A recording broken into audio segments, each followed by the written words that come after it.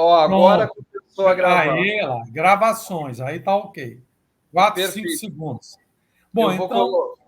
Só um instante, por favor. Eu vou colocar essa tela aqui.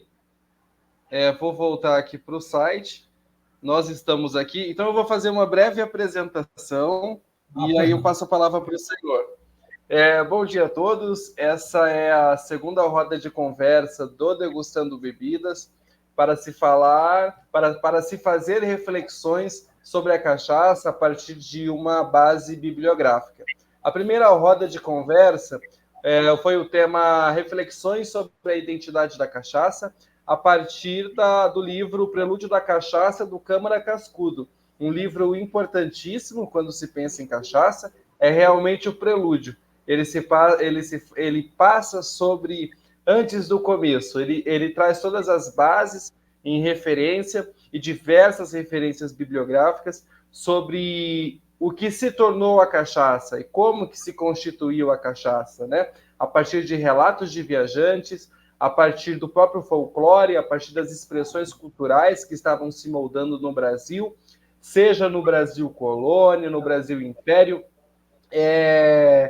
como que a cachaça ela ultrapassou ela não ultrapassou, mas como que a cachaça se moldou, como que a cachaça se inseriu na formação brasileira, sendo parte dessa formação brasileira, como que essas transformações resultaram na cachaça e a cachaça hoje, dentro de suas várias facetas, ela traz diversos entendimentos, é quase uma lupa para um olhar ao passado, para olhar identidades, para olhar histórias e para olhar memórias. A cachaça é para o povo brasileiro esse cálice de memória, de identidade e de história que está totalmente vinculada à nossa formação.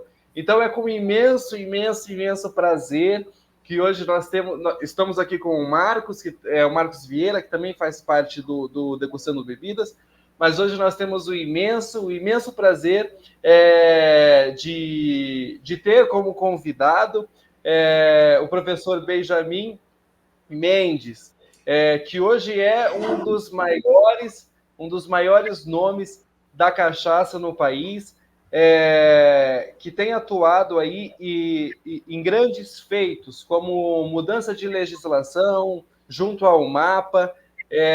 O que o professor Benjamin ele traz o que tem de mais tecnológico hoje quando se pensa na indústria, quando se pensa no pequeno produtor, para se falar de envelhecimento de cachaça. E um envelhecimento sustentável, porque não é sobre cortar e cortar e cortar e cortar árvores. Já temos setores da indústria da cachaça que estão trabalhando com selo de envelhecimento sustentável. Você planta para depois retirar. Mas o professor Benjamin, ele, ao longo de um percurso, daqui a pouco ele vai explicar para a gente aqui como foi esse percurso, ele, junto ao MAPA e demais nomes, mas o professor Benjamin se destaca nessa nova mudança, nessa nova portaria do MAPA, que é a portaria 539, se eu não me engano, que trata do acondicionamento. Você consegue, através de processos tecnológicos, atuais, envelhecer uma cachaça. Só um instante, eu vou deixar o som de vocês silenciado para não ter interferência aqui, e aí a gente vai, conforme for se apresentando, a gente vai liberando o microfone. Então, o professor Benjamin, ele hoje oferece o que tem de mais tecnológico quando se pensa em envelhecimento de aguardente no Brasil. Eu tive o privilégio, tive a grande oportunidade de fazer o curso de maturação de aguardentes em madeiras brasileiras com ele lá na Cava Zé Ribeiro, juntamente ao presidente da ANPAC, juntamente ao Arnaldo Ribeiro, uma pessoa que eu tenho uma imensa gratidão que é uma imensa gratidão, porque foi com ele que eu me tornei mestre cachacier, foi ele que me passou todos os conhecimentos que eu precisava da cachaça, né? A cachaça é o meu material de estudo, que eu não sei se ela me escolheu ou eu a escolhi, mas de algum modo, quando eu me dediquei a ela, ela me abriu os caminhos e me levou a lugares e pessoas maravilhosas, do qual eu sou profundamente grato. E o professor Benjamin é uma dessas pessoas, e é um imenso prazer anunciá-lo hoje como convidado da roda de conversa, dessa segunda roda de conversa, para elucidar um pouco do assunto, trazer a sua experiência, trazer o seu olhar, para a gente pensar, refletir sobre a identidade da cachaça e fazer uma viagem ao Brasil colônia, pensar um pouco a Constituição do Brasil nesse processo. Então, passo a palavra para o professor Benjamin, por favor, se apresente para todos, que eu acredito que todo mundo está com muita curiosidade, professor. Ok, Otávio.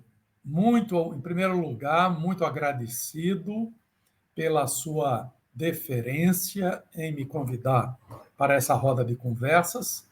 E eu quero dizer a você que foi um imenso prazer tê-lo conhecido em Belo Horizonte.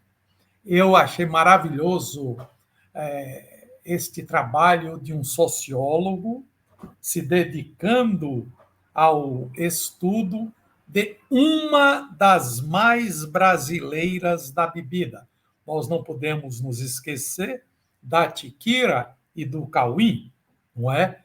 Que você, como um sociólogo, sabe realmente da existência delas e da importância delas na nossa história, na nossa gastronomia e da importância econômica delas também. Bom, meu nome é Benjamin de Almeida Mendes. Muita gente acha que eu sou mineiro. Não sou, eu sou baiano. Sou baianeiro. Meu pai, mineiro, minha mãe, baiana. Eu nasci na Bahia, em Entre Rios, e aos 16 anos fui para Juiz de Fora. Problemas políticos aqui no estado da Bahia, eu tive que ir embora. E lá em Minas eu estudei, me formei na Universidade Federal de Juiz de Fora. Eu sou farmacêutico bioquímico. Depois fiz administração na Cândido Mendes, no Rio, e fiz mestrado na Universidade de São Paulo, em tecnologia de fermentações, e fiz o doutorado na Unicamp, em bioengenharia. E trabalho sempre, que eu costumo dizer, como o meu pós-doutorado, em termos de construção do conhecimento em ciência. É usando a cachaça, o alambique, como eixo temático na construção do conhecimento em ciências. Inclusive, essa foi a linha de trabalho de doutorado da minha companheira, a professora Rosiléia Oliveira de Almeida, da Universidade Federal da Bahia, que trabalhou com cachaça na Chapada Diamantina e principalmente com a Jofe, não é? Que pouca gente sabe o que é, mas que na nossa conversa nós vamos explicar. Eu fiquei muito encantado com o entusiasmo do Otávio em relação à cachaça, porque eu vejo, hoje talvez eu seja o mais antigo dos acadêmicos, pelo menos o menos novo, ou o jovem há mais tempo que lida com cachaça no Brasil hoje. Eu já vou fazer 75 esse ano, no dia 5 de julho. Todo mundo está convidado a bater palminhas por beijo. Então, está na hora, são 75, a gente precisa passar o bastão para outras mãos, porque nessa corrida de revezamento, eu devo estar chegando ao último quarto da minha vida, não é? Pelo menos, com certeza, ao último terço, sei lá, o nosso acordo com a transcendência, com o divino, é que vai nos dizer até onde a gente vai chegar. Mas eu disse a Otávio que, em matéria de envelhecimento de cachaça, e usando principalmente madeiras brasileiras, nós ainda estamos apenas e tão somente arranhando a superfície. Há muito o que ser feito. E a cachaça, se por um lado tem essa ideia da bebida mais antiga, o destilado mais antigo do Novo Mundo, por outro lado, em matéria de estudo, de objeto de estudo, enquanto produto envelhecido em madeiras brasileiras, ela é uma criança. Realmente uma criança. E precisa que essa criança se constitua num ser adulto e conhecido. Às vezes eu costumo fazer uma comparação da cachaça com o uísque, é inevitável, não é? O destilado mais conhecido, mais prestigiado e mais consumido no mundo, ou se não o primeiro é o segundo. Os chineses têm lá uma aguardente de arroz também, que é muito consumida, talvez seja o primeiro. Então, eu fico vendo os escoceses e a Universidade de Edimburgo, desde 1582, que os escoceses já têm a sua universidade e que, sem dúvida, já se dedicava também ao estudo da cevada, dos fermentados, dos destilados, não é?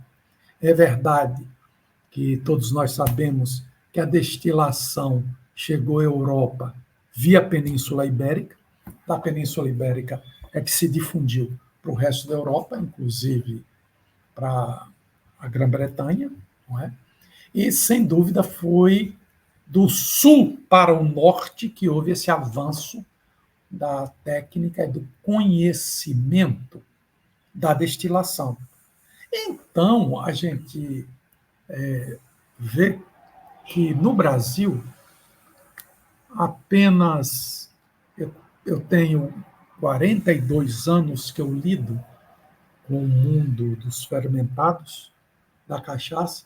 A madeira brasileira, agora, claro, a gente sabe que é amburana, que, na verdade, vamos botar as coisas nos devidos lugares. As bebidas eram utilizadas nas suas embalagens de transporte em cerâmica ou em vidro, não é? A transferência, o acondicionamento, a proteção e o transporte em vasilhames de madeira é algo razoavelmente recente. Então, como consequência deste acondicionamento e deste transporte, deste contato entre as bebidas alcoólicas e as madeiras, é que surgiu este conceito de envelhecimento de bebidas. Então, vinham principalmente a partir do vinho transportado, se existia a ânfora, logicamente, depois, com o transporte. E aí a gente lembrando, em Portugal, a bebida, o vinho que vinha para Madeira, o vinho que passava o Equador para o Polo Sul e depois retornava a Portugal, esse vinho tinha toda uma mística, não é? Todo um ritual de consumo, e era um vinho muito especial que conseguiu e atravessou o Equador. E, logicamente, que a madeira utilizada neste caso, por se tratar de uma bebida europeia, era o carvalho. Agora, imaginem vocês a possibilidade que nós temos, com pelo menos, hoje, já 54 variedades de madeira citadas ou em rótulos de cachaças declaradas ou em trabalhos de pesquisa. Nós fizemos esse levantamento, depois eu pedi ao professor Akira que confirmasse se era aquilo mesmo, e pedi à nossa querida Gabi, a Gabriela, que está fazendo aí doutorado na Universidade Federal do Rio de Janeiro, ou no Jardim Botânico, que conferisse também essa nossa lista. E, além dela, dessas 54, encontrei outras 6 não citadas nessa lista, que estão relacionadas numa portaria que foi proposta em 2016 ao MAPA, mas que sobre envelhecimento de bebidas em madeiras brasileiras, mas que não foi adiante, simplesmente por quais razões eu não sei, parou, não foi além da consulta pública e se encerrou esse assunto.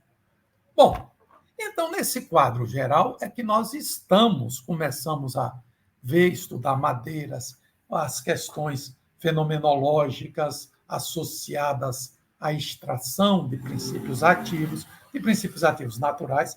Claro, já no curso de graduação em farmácia, nós temos uma disciplina na grade curricular que se chama farmacognosia, e esta disciplina tem por objeto de estudo os princípios ativos com ação farmacológica provenientes de vegetais, de animais, de micro-organismos, mas principalmente de vegetais.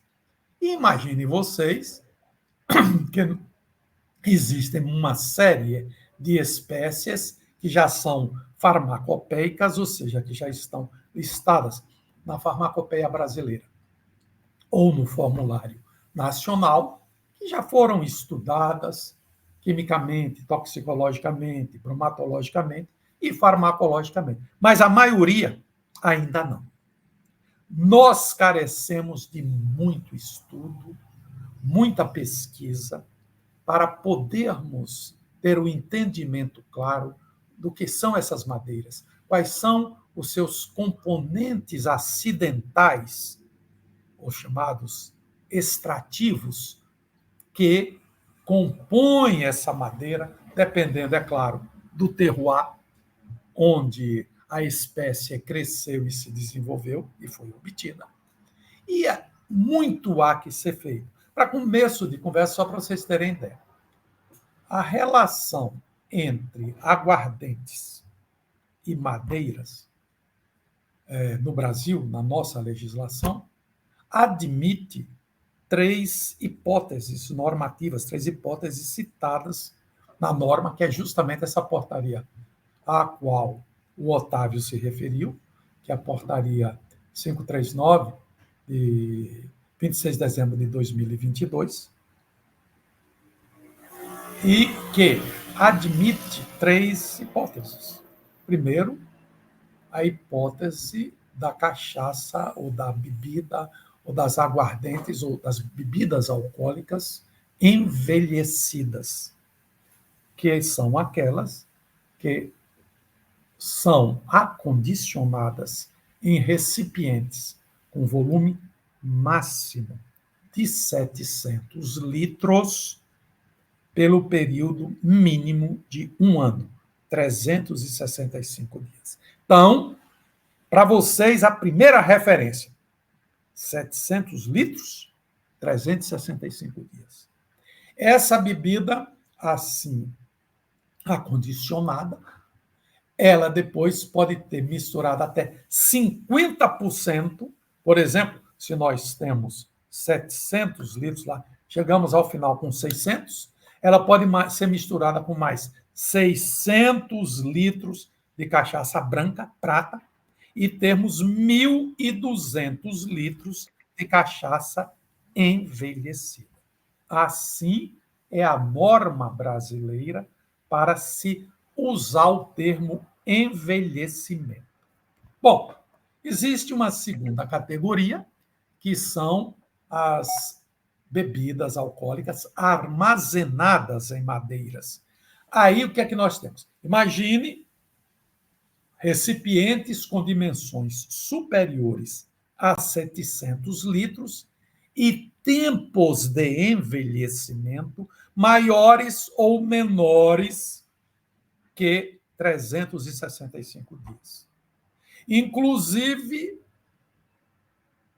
bebidas alcoólicas armazenadas, acondicionadas em tonéis ou em recipientes esgotados ou que envelheceram outras bebidas e que serão utilizados ou são utilizados para o acondicionamento dessas cachaças.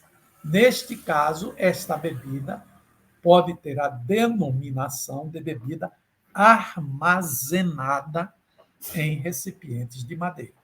E, finalmente, temos uma terceira categoria, que são as bebidas alcoólicas acondicionadas em contato com fragmentos de madeira. Estes fragmentos de madeira, que normalmente são denominados, aí vocês encontram na praça, com o nome de chips. São os chips de madeira, de várias formas, de várias dimensões. Pela nossa legislação, nós não podemos ter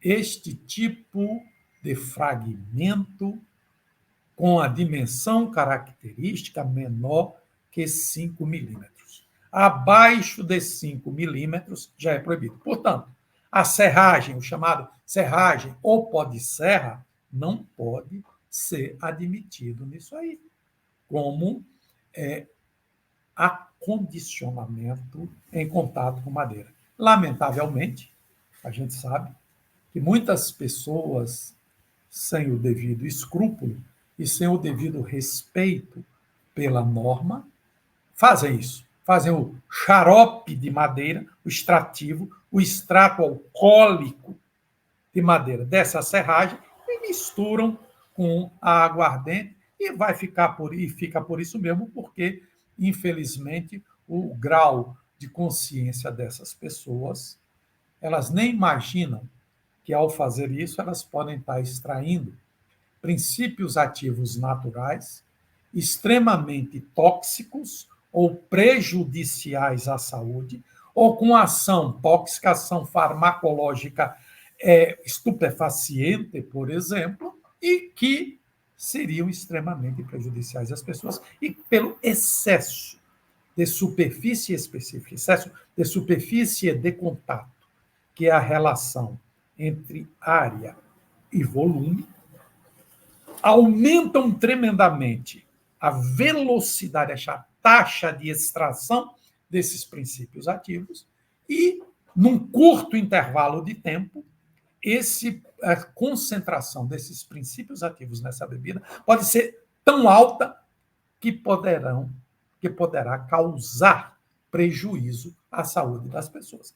Então, Otávio, num primeiro momento, eu apresentei esse quadro geral do que é o contato de madeiras, e madeiras brasileiras, de preferência, com as aguardentes, principalmente com a nossa cachaça. Eu gostaria de lembrar ao prezado ouvinte e aos prezados ouvintes que se lembrem que toda cachaça é uma aguardente de cana, mas nem toda aguardente de cana é cachaça.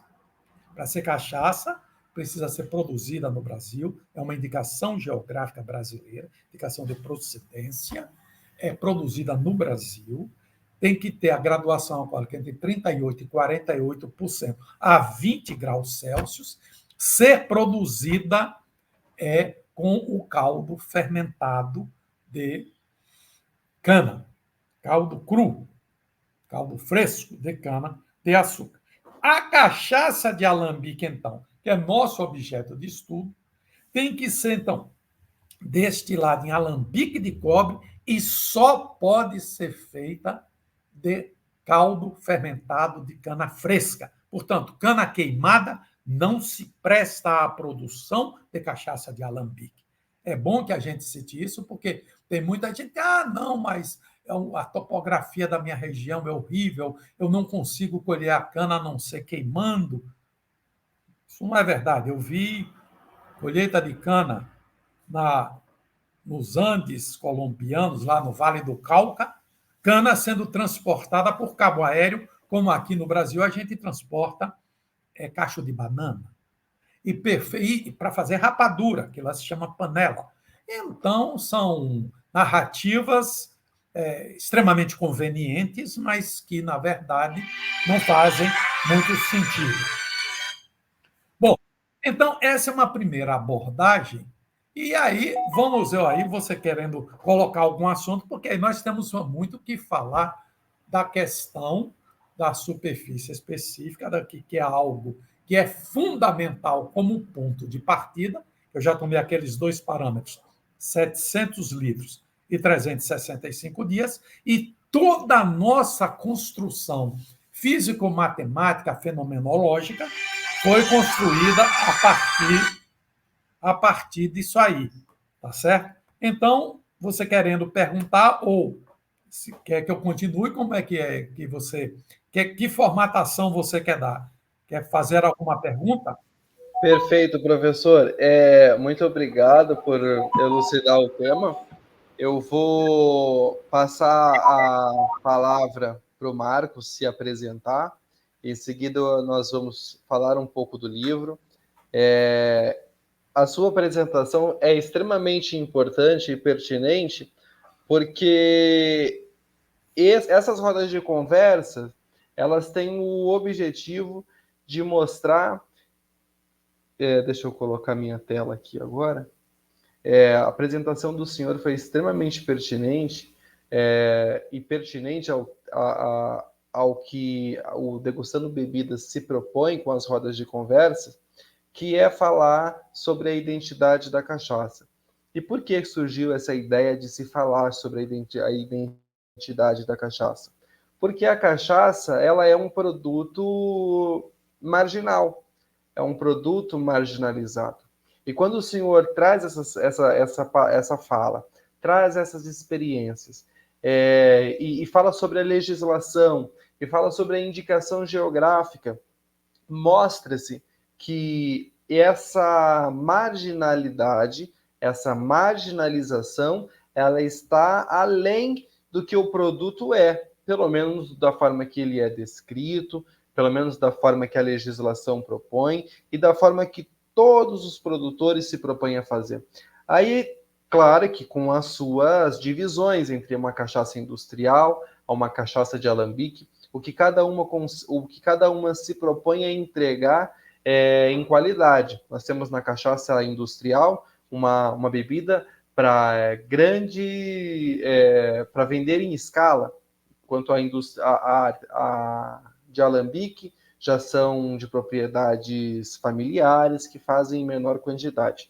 E consegue entregar uma qualidade superior, consegue se enquadrar dentro de outras normas, como as normas de envelhecimento, né? E isso, a fala do senhor mostra que essa bebida que se apresenta de forma marginal na sociedade é quase uma marginalidade folclórica. E eu digo folclórica porque é uma marginalidade que, na teoria, não deveria existir. Nós estamos falando de um destilado que tem uma regulamentação, que é regulamentado pelo Ministério da Agricultura e Pecuária dentro de diversas normas, seguida de diversas políticas públicas que regularizam a sua produção, o seu envelhecimento, desde de todos os estágios de se produzir essa bebida. Então, seria folclórica essa marginalização? Em que sentido? E aí eu não sei agora se a palavra folclórica ela entra, porque a gente fala tanto da identidade, e o folclore vem como identidade, a gente se fala muito do folclore na cachaça também, mas essa marginalização deveria ou se parece como algo que se imagina, porque se você tem uma bebida que segue regulamentação, que tem uma legislação forte e extremamente atualizada, e uma bebida que você tem diversos estágios de envelhecimento, diversas categorias que chegam ao premium, ao super premium, né? Em que você pode usar 50% dela para fazer uma cachaça envelhecida ou armazenar por tempo indeterminado, mas você pode ter uma cachaça que seja 100% envelhecida, que seja uma cachaça super premium, que segue ali também um limite de tamanho de tonel, um limite de tempo de envelhecimento. Então, nós temos bebidas, nós temos a cachaça em restaurantes Michelin, nós temos a cachaça em Bruxelas, ganhando duplo ouro em Bruxelas, né? Entre os melhores destilados do mundo. Então surge aí uma marginalização. Tem uma marginalização aí. E aí a gente vai falar um pouquinho sobre o livro para pensar o que é essa marginalização, onde que ela aparece. Porque o livro A Formação Econômica do Brasil, a Formação Contemporânea do Brasil, do Caio Prado Júnior, é um livro sobre a formação econômica do país que se sucede a partir do século XVI, a partir da cana-de-açúcar. Então, eu vou pedir para o Marco se apresentar, em seguida a gente começa a falar do livro, e o momento que o senhor quiser colaborar, a gente libera a palavra, mas a gente vai fazendo uma roda de conversa, vai passando a palavra e vai construindo um diálogo em torno do tema. Vou colocar para o Marcos aqui.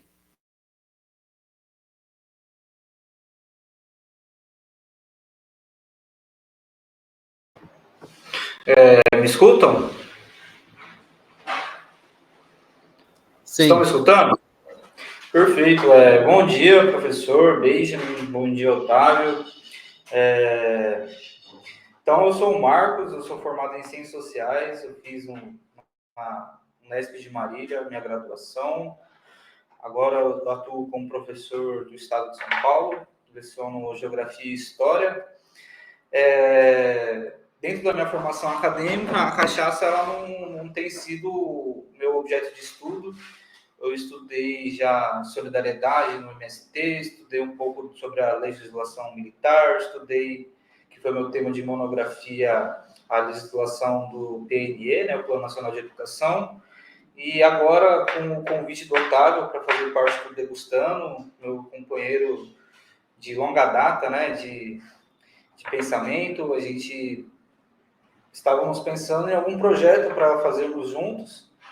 E como ele já estava desenvolvendo sobre a cachaça, me chegou o convite de fazer parte desse projeto. Eu, super contente, saí da academia, comecei a lecionar, não fazia mais grupos de estudos como fazia durante a graduação. Então, eu recebi o convite com muito agrado, muito feliz por fazer parte aqui dessa roda de conversa. Estou aprendendo muito sobre a cachaça, principalmente sobre a sua relação com o negro, né? Como essa importante característica, né, de surgimento da cachaça. Então, foi algo que eu discuti com o Otávio já, foi talvez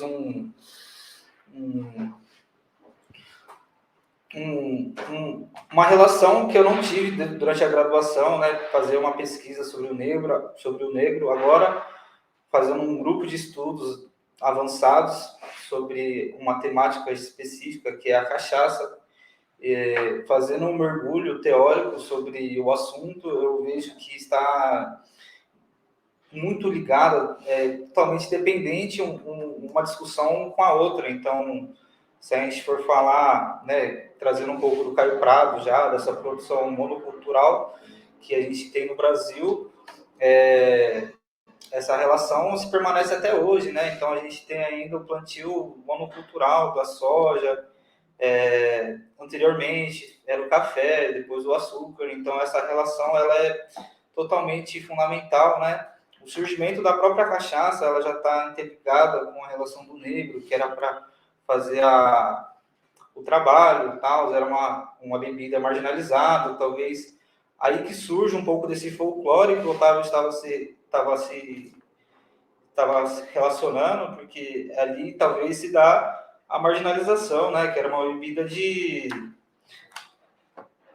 um público específico, né? Que não era bem visto pelos olhos, talvez, ali da coroa, né? Porque a gente está falando ainda de um período da colonização, então o Império não via a bebida com uns bons olhos, e a partir disso surge toda essa relação sobre a cachaça. Então, eu fiquei muito entusiasmado com a fala do professor, principalmente sobre essa relação da madeira brasileira. Eu anotei aqui algumas coisas. Não sabia que existia tantas formas tantos tipos de madeira para o envelhecimento. Eu anotei aqui, vou dar uma pesquisada, porque eu acho que é fundamental o próprio entendimento, né, de como se dá essa cachaça. Não sabia que existia, por exemplo, 54 tipos de madeira para o envelhecimento. Eu tinha visto sobre essa portaria 539, acho que era isso, sobre a cachaça. Vou dar uma inteirada sobre o assunto, acho que é fundamental.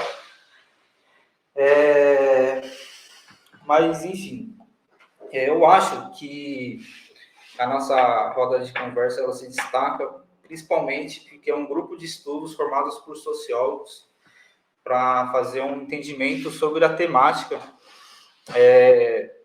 Quando a gente teve a ideia de montar o grupo para estudar a cachaça, o Otávio era o membro mais desenvolvido no assunto. A gente tem outros membros também, mas creio eu que o Otávio é o que está mais por dentro do assunto, está vivendo necessariamente mergulhando, né, sobre o intuito da cachaça. Eu agora estou recentemente, então, fiz o meu primeiro contato com um livro do Câmara Cascudo, fiquei totalmente maravilhado, né, então, não sabia que o Câmara Cascudo tinha tal livro, né, eu tinha visto já alguns livros históricos dele, eu acho que é totalmente válido. Um pouco do nosso autor hoje, eu estou abrindo aqui o meu resuminho, que está carregando, mas o Caio Prado ele vai trazer, né, uma relação, ele vai mergulhar lá no início, vai lá para o século XIV, XV, vai falar sobre o processo de como era o comércio europeu, como se dá, talvez, ali o descobrimento, né? Talvez a invasão brasileira, as navegações, como a coroa portuguesa começa a entrar nessa relação de navegação. Então, o mercado brasileiro, né, da economia brasileira, quando ele retrata, é principalmente a produção e a exportação de produtos primários, como o café, o açúcar, e isso acabou limitando o nosso desenvolvimento industrial, né? Porque a gente era totalmente uma colônia extrativista, então isso começa a moldar a nossa própria característica enquanto nação, enquanto grupo, né? Uma sociedade que começa a surgir, mas a sua finalidade última é somente a extração de matéria-prima e o envio para a Europa, né, que é onde era o centro comercial do mundo, e lá começa a se dar o interesse, né? E a partir disso, a gente produz aqui, exporta para fora, e isso começa a dar mais cara para a nossa desigualdade latente, porque isso começa a ser a nossa, não sei, parte da nossa história, a formação cultural do nosso país se dá através dessa desigualdade social, que se dá através do interesse comercial estrangeiro. Ele enfatiza a importância da estrutura fundiária, então existia uma técnica que a técnica se dava a partir da escravidão e da montagem da sociedade brasileira. Então, isso foi totalmente relacionado uma coisa com a outra. tem um Caio Prado, ele, de certa forma, acaba sendo bem feliz na sua abordagem, porque isso começa a se dar mais claramente depois, né, com os outros autores, com a teoria da dependência, do Mauro Marini, Celso Furtado. Então, essa relação econômica brasileira, ela acaba sendo muito latente sobre como a gente começa a se entender enquanto sociedade, como é a finalidade da nossa cultura, né? Então, eu fiz aquela relação com a soja, porque é algo muito dependente da nossa cultura sobre o mercado externo, né? A gente não consegue ter essa independência e nem se livrar dessa desigualdade que acaba sendo perpétua dentro da nossa sociedade. Então, ele entra também, né, o instrumento das elites, como isso acaba voltando à economia, e como a sociedade brasileira, né, sai do século XVIII, entra para o século XIX, ele cita a vinda da coroa portuguesa para o Brasil, e como isso começa a influenciar a nossa organização de sociedade. Então, né, a formação do Brasil contemporâneo, acho que ela é totalmente fundamental para a gente começar a entender a história e a formação do Brasil. Existem outros textos que acho que a gente vai acabar abordando aqui, como Raízes do Brasil, Casa Grande Senzala, talvez até mesmo o Celso Furtado, para a gente começar a entender um pouco dessa nossa característica econômica, que é totalmente, né, importante que a gente tenha essa relação. Então, a relação da transição do período monárquico para a República, ele explora um pouco essa transição do Brasil, né? E como existe uma mudança política e econômica, e como isso está se relacionando com o período que a gente estamos abordando ali, e um pouco da continuidade das estruturas do poder oligárquico, né? A influência das elites agrárias, então um pouco do desenvolvimento industrial, um pouco da infraestrutura brasileira, a produção lá das ferrovias, e principalmente da nossa dependência, a escravidão fazia parte da característica, né, desse período monárquico. Então, a gente sai do período monárquico, entra na República e a gente ainda continua com esses mesmos, talvez eu vou chamar de paradigmas, né?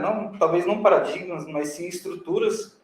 Então, a gente permanece nas mesmas estruturas antigas, a gente não começa a entender qual que era a nossa característica enquanto nação, a gente apenas vai tentando remodelar algumas situações, mas que acaba não se dando por completo, né, essa ruptura do pensar antigo para o pensar atual, né? Então, a gente entra para a República ainda cheio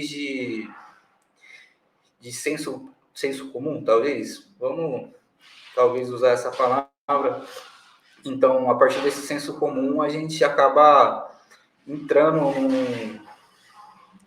num período de permanência ainda dessa desigualdade social. A indústria brasileira ainda não está desenvolvida, a gente ainda não tem, né, as indústrias capitalistas, né, formadas, talvez só lá em 32. E essa relação monocultural, ela acaba sendo muito gritante, né?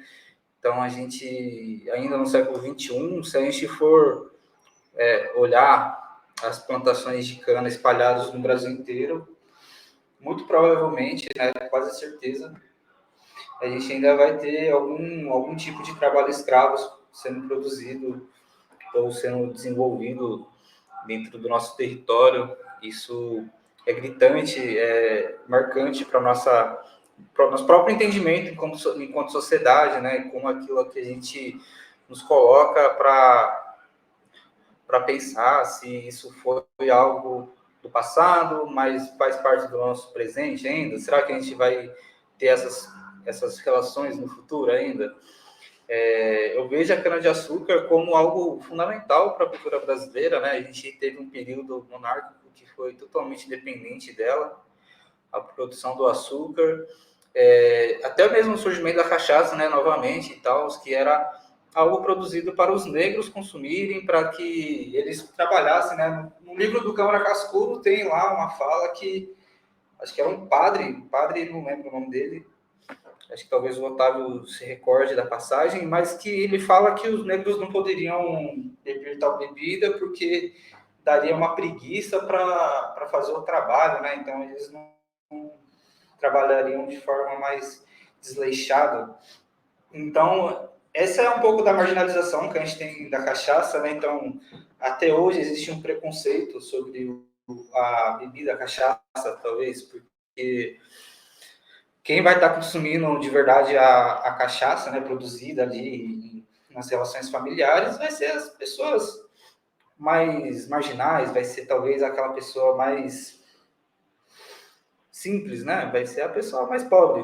Vai estar consumindo a cachaça porque vai ser algo que vai estar dentro do orçamento familiar, talvez aquilo que se recorde das relações parentais, né? De tradição.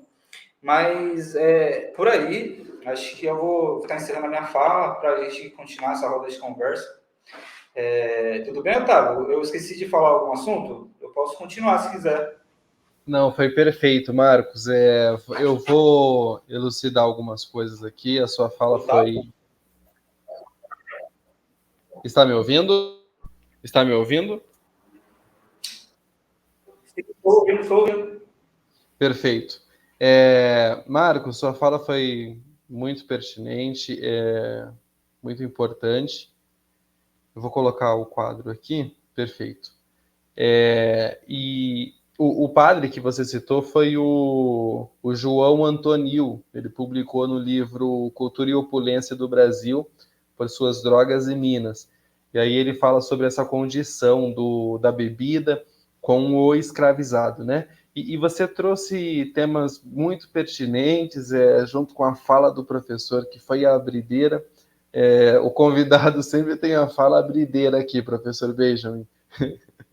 E destaca aí, uma luz que guia a roda de conversa, que foi todas as suas contribuições para mostrar como a cachaça é tão complexa em legislação, é tão complexa em produção, quantos conhecimentos e saber fazer existe em torno dela.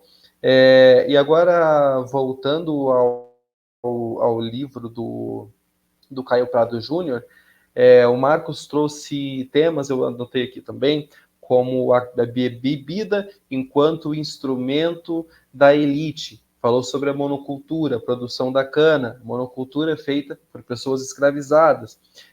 Citou essa transição da monarquia para a república, seguida de transformações políticas e econômicas, e dessa dependência que se destaca da escravidão, que se mantém ainda mesmo com essa mudança, embora a escravidão, esse período, ele acabe no século XIX, ele beira o século XX, né, com a Carta de 13 de maio de 1888.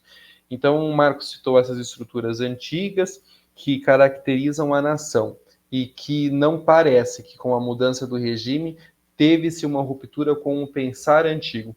Então, ótimo, eu vou colocar aqui uma tela. Eu acho que é extremamente importante para a gente guiar a discussão, para a gente pensar algumas características desse período. Deixa eu ver. Esse modelo ficou melhor. Não. Deixa eu ver aqui. Eu vou deixar somente a tela agora e a gente faz uma leitura aqui de quais são esses símbolos que a cachaça e a formação do Brasil traz. Essa imagem, ela tem uma moldura de açúcar, foi uma inspiração da obra do Tiago Santana, que é um grande artista contemporâneo, que traz essas questões, sobretudo do pensar o açúcar, de pensar essas estruturas coloniais que respingam, que transbordam a modernidade. E pensando o Caio Prado Júnior, essa formação econômica do Brasil, vou passar para outra tela. 3 séculos de colonização resultante dele, que é o Brasil de hoje. Nele se contém o passado que nos fez. Alcança-se aí o instante em que os elementos constitutivos da nossa nacionalidade, organizados e acumulados desde o início da colonização, desabrocham e se completam. Então, o Caio Prado, nessa leitura que ele faz, nessa viagem ao Brasil colônia, ele busca essas estruturas do qual se constitui a nação, né? E é uma nação que se constitui para produzir cana-de-açúcar, para produzir café, para extrair ouro, para extrair diamante, para se extrair num primeiro momento de pré-colonização, o pau-brasil, e em seguida já vem aí o século XVI, e a cana-de-açúcar se estende por todo o litoral brasileiro. E se estende, o Caio Prado ele mostra que o português vem como um empreendedor, um empresário de uma grande empresa extrativista, mas ele não vem como funcionário. Para o trabalho é necessário trazer mão de obra escravizada. E nessa imagem nós temos aqui ao lado esquerdo, ao lado do mapa do Brasil, ali o mapa do Brasil dividido entre as capitanias hereditárias, essa moldura de açúcar que, ao mesmo tempo que constrange, ela mostra que é onde estamos, né? Não é um corte com o passado, no sentido que a professora Miriam Belchior contribuiu na nossa primeira roda de conversa, ao mostrar que a história ela não é essa linha linear, progressiva, de que o passado se fez e se encerrou e nós estamos em um outro momento. Na verdade, e ela cita o Walter Benjamin, né, nessa leitura de se pensar a história, não como, aí ela cita também, não como ela cita a partir de uma crítica à arte, né, a história da arte, que não é esse rompimento em que a gente faz simplesmente do romantismo e vai para outra era, porque aquele já não vale, aquele já não responde aos nossos anseios enquanto sociedade, enquanto anseios estéticos, né, de nossa sociedade. Na verdade, a história se faz como uma linha, e eu gosto de pensar essa linha, esse círculo, melhor, como um círculo, pensando o Nego Bispo, o mestre Nego Bispo, quando ele fala que é começo, meio e começo, né? Então, estudar sobre cachaça, acho que beber cachaça, enquanto brasileiro, enquanto a cachaça sendo o que ela é para o povo brasileiro, deixa eu colocar minha imagem aqui, a cachaça sendo o que ela é para o povo brasileiro, ela ultrapassa a bebida, ela é carregada de significados. Significados que nos constitui e nos constituiu e continua nos constituindo enquanto brasileiros, em todos os aspectos da vida. Porque a cachaça, a cachaça ela é testemunha silenciosa da vida brasileira. Ela está presente em todas as camadas sociais. Mas por estar presente em todas as camadas sociais, a pergunta que eu acho que aparece para mim ela é a mais democrática? Sem sombra de dúvidas. A cachaça, para mim, é o destilado mais democrático que existe. Qualquer alambique que eu visite, eu posso beber cachaça. Eu estando com dinheiro ou não.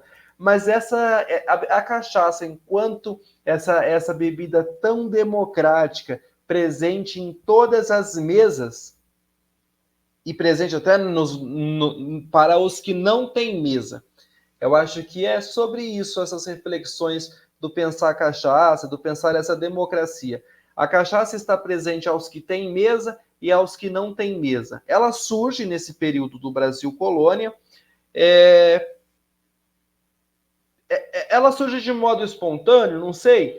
Ela surge, é uma tecnologia até então portuguesa, porque já se produzia a bagaceira, não era nada de novo, se destilar o caldo da cana, mas não era uma tecnologia unicamente portuguesa. Já tinha-se bebidas destiladas em América, em África. Inclusive, foi um dos pontos que na última roda de conversa foi um questionário. Será que o Câmara Cascudo estava correto quando ele diz que os negros desconheciam o destilado? Não sei, porque tinha-se já as invasões mouras, foram os árabes que tinham descoberto o alambique. E aí, aproveitando essa fala, eu já quero fazer uma correção de uma fala minha na última roda de conversa, que eu havia dito que, e baseado no prelúdio, mas é evidente, um livro do século XX, que ele dizia que o fumo não tinha chegado aos deuses africanos. Ao costume, sim, inclusive visto em rituais funerários, de se colocar fumo na boca do morto, mas que os deuses africanos em África não tinham sacralizado, de algum modo, o fumo. Ao contrário do que se aconteceu com a cachaça, que sim, se sacralizou-se na teologia ali,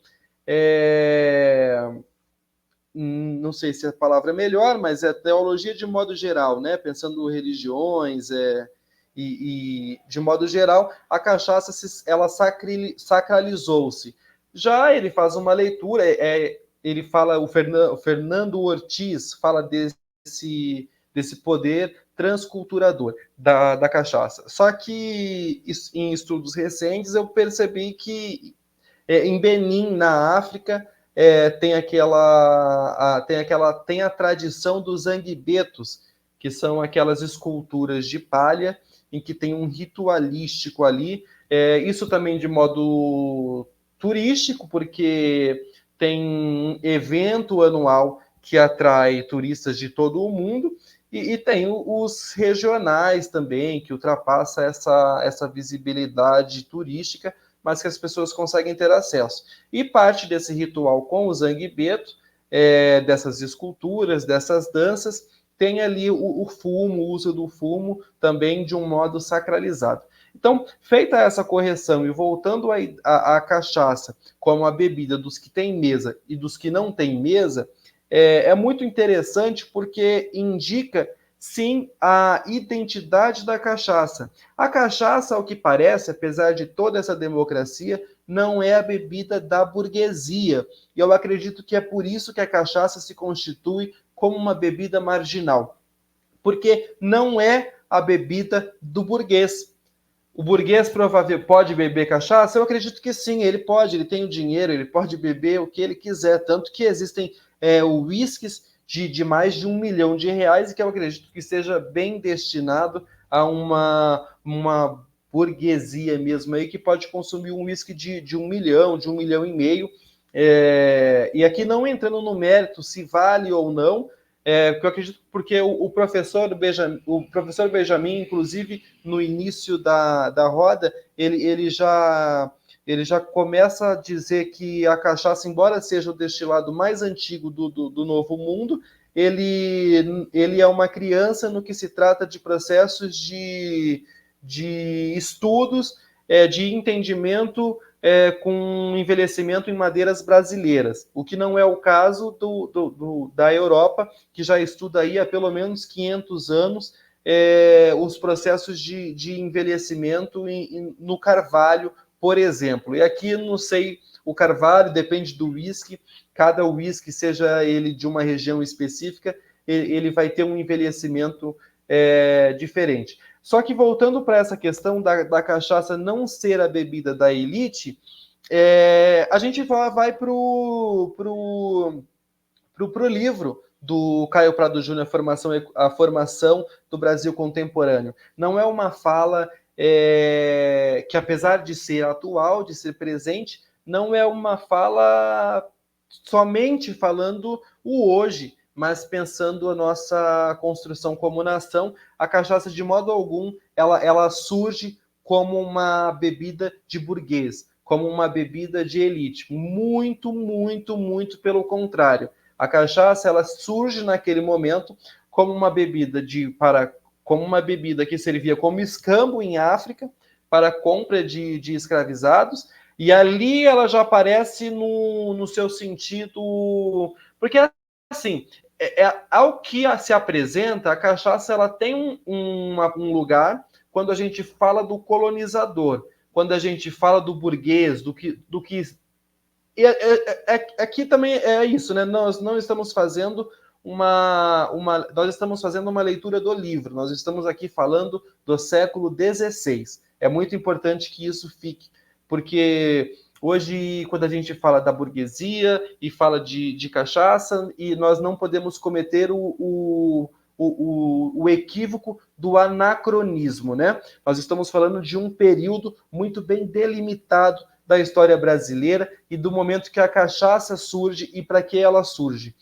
Inclusive, em conversa com um amigo, uma pessoa que eu me inspiro muito no trabalho, é um grande jurado, um grande cachacier. Em algum momento, conversando com ele, a gente entrou no questionamento se esses debates para a cachaça colocaria ela em um lugar de racismo, alguma questão racializada. E a conclusão que a gente chega é que a cachaça ela perpassa essas relações. A cachaça, ela é a bebida que caracteriza uma identidade nacional, é uma bebida que caracteriza a formação do Brasil e ela perpassa as relações, ela perpassa entre essas relações. E voltando ao século XVI, a cachaça, nesse período, ela é usada como escambo na compra de escravizados, não só a cachaça, o fumo também, alguns perecíveis, né? De modo geral, o fumo e a cachaça guiando pelo prelúdio.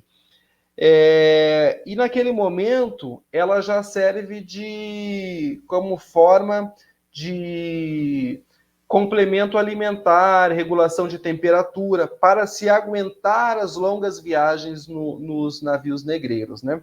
E aí ela servia ali como complemento de refeição, como serve ainda hoje.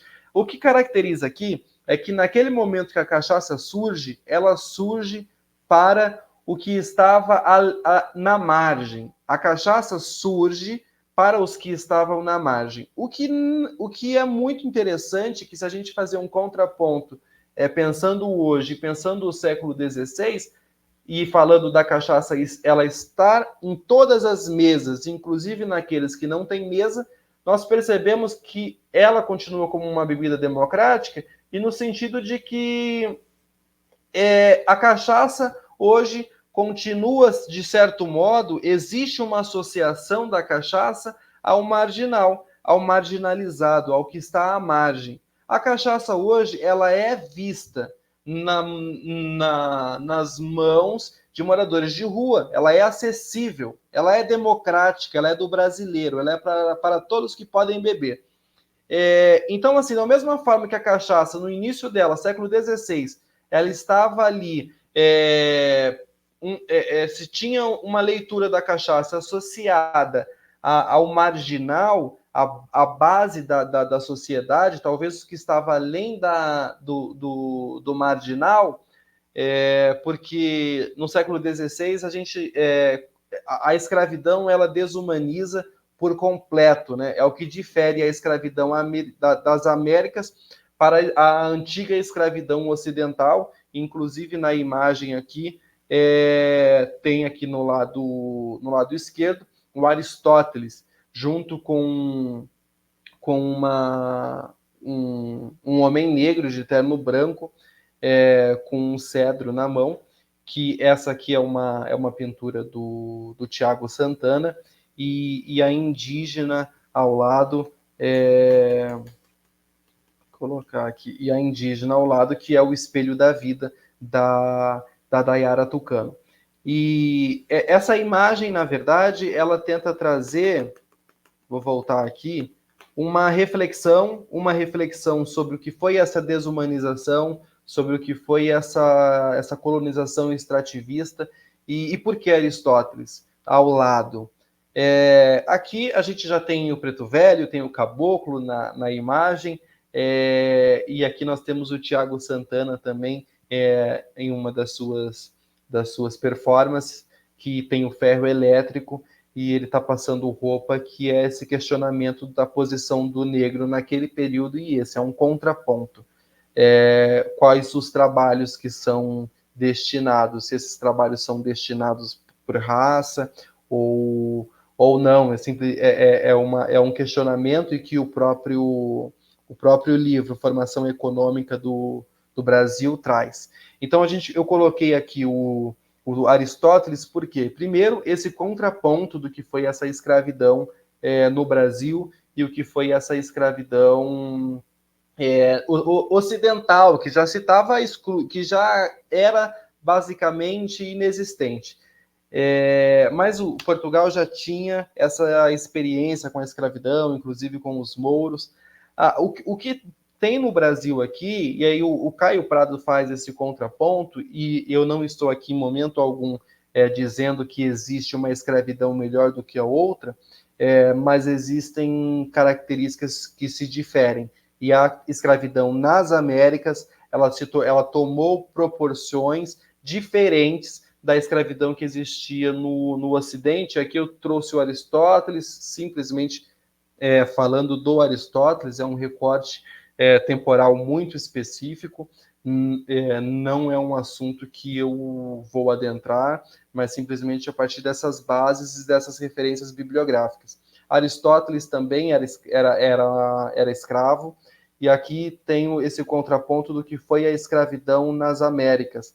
A escravidão na Grécia, ela possibilitou. Eu tenho muito cuidado com essas palavras, porque eu não quero que pareça aqui que existe uma escravidão ruim e uma menos pior. Escravidão é escravidão, mas a leitura que o Caio Prado Júnior faz é que a escravidão grega possibilitava um Aristóteles, por exemplo.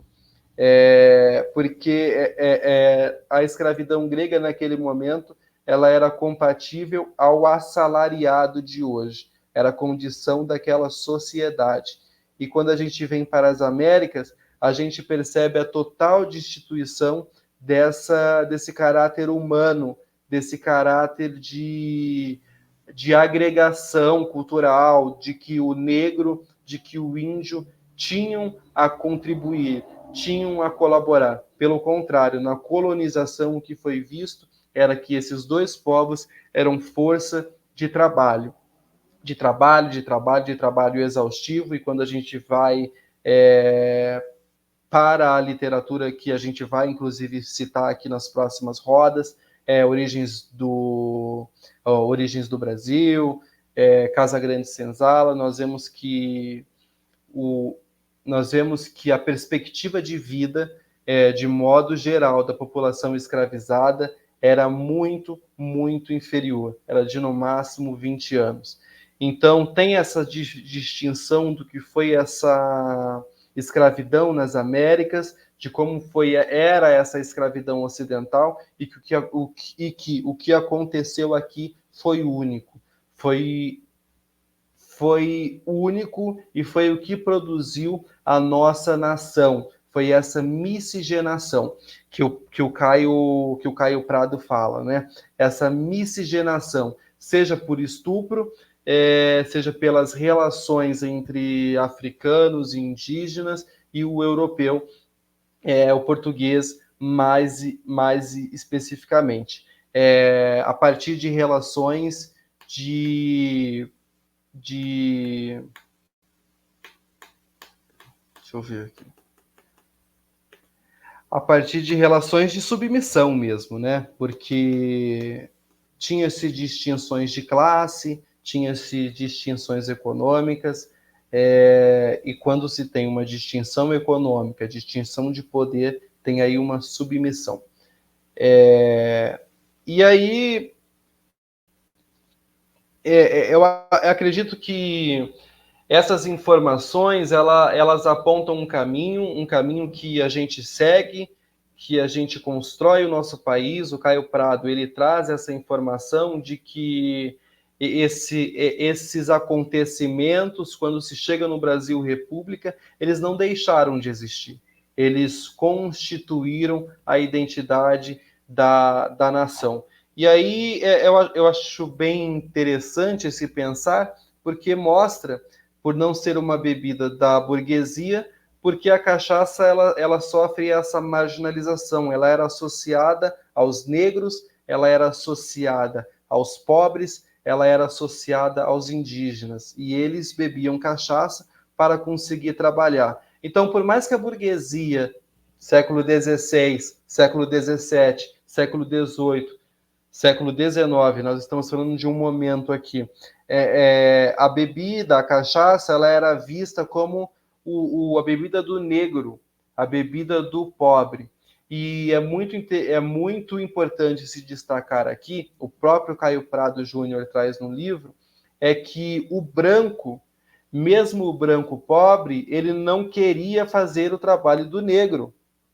Todos os trabalhos que existiram nesses períodos, que foram feitos por mão de obra escravizada, o branco naquele momento não queria fazer porque tinha essa associação do trabalho do negro, que era o trabalho do negro.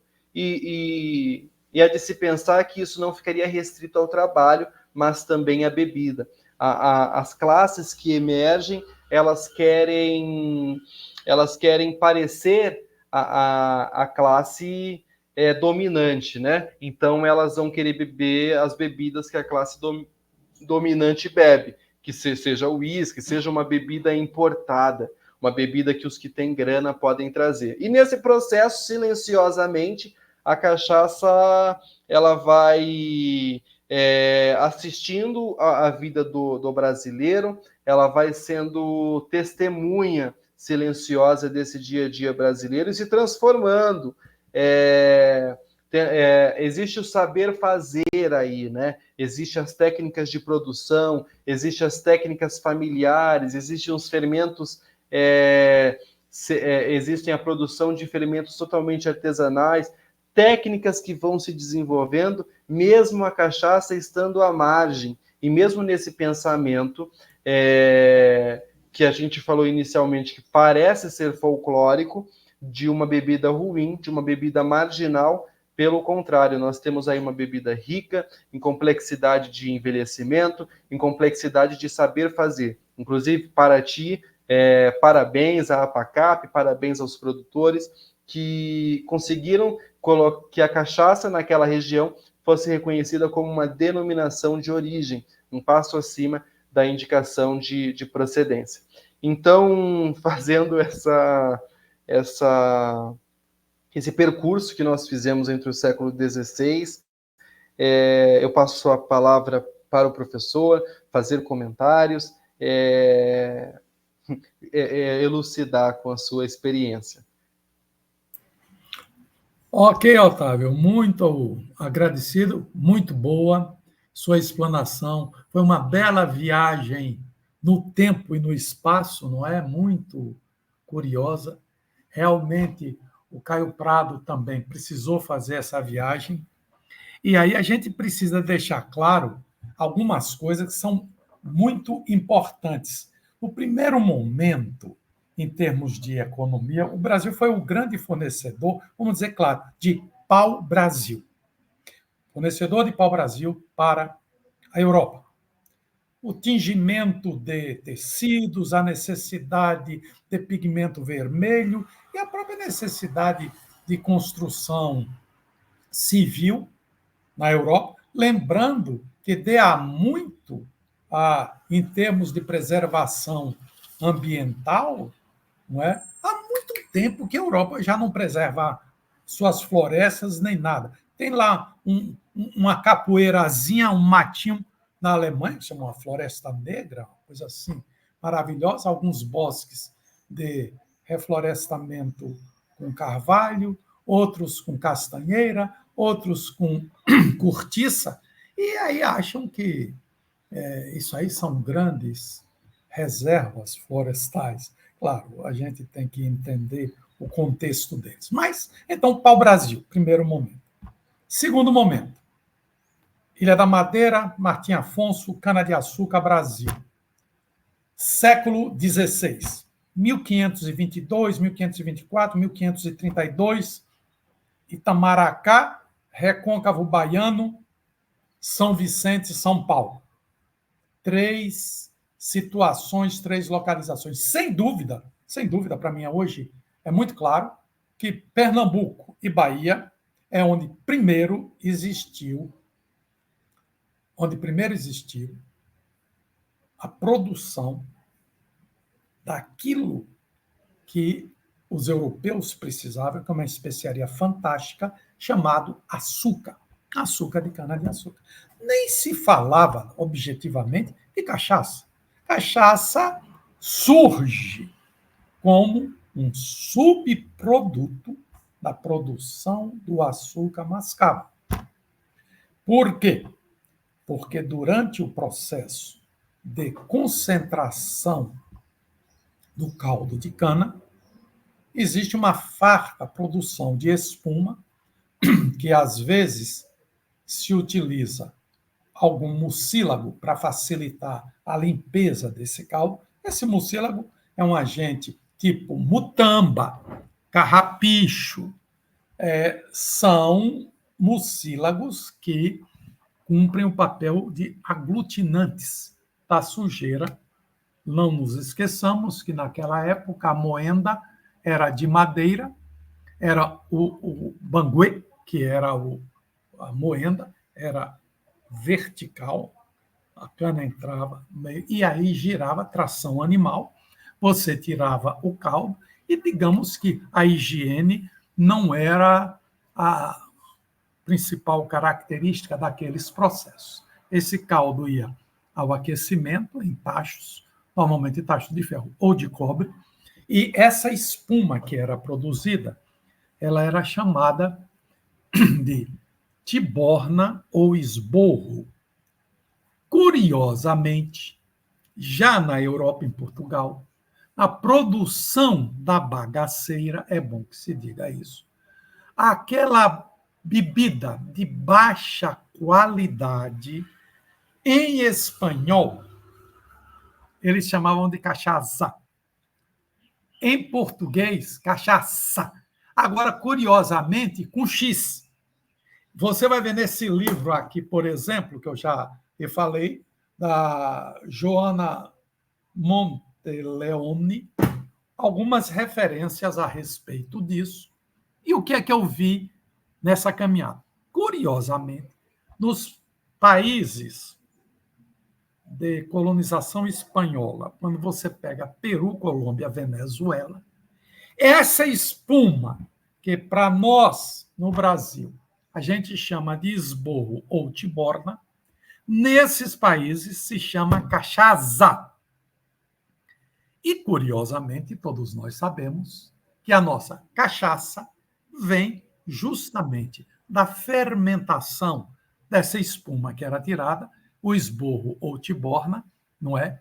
E que produzia nada mais, nada menos do que o fermentado alcoólico de espuma de caldo de cana-de-açúcar. É o equivalente ao fermentado alcoólico de cana-de-açúcar. Ora, isso o europeu já conhecia como os produtos fermentados a partir da uva. Tranquilo. E já sabiam que disso para destilação era um passo só.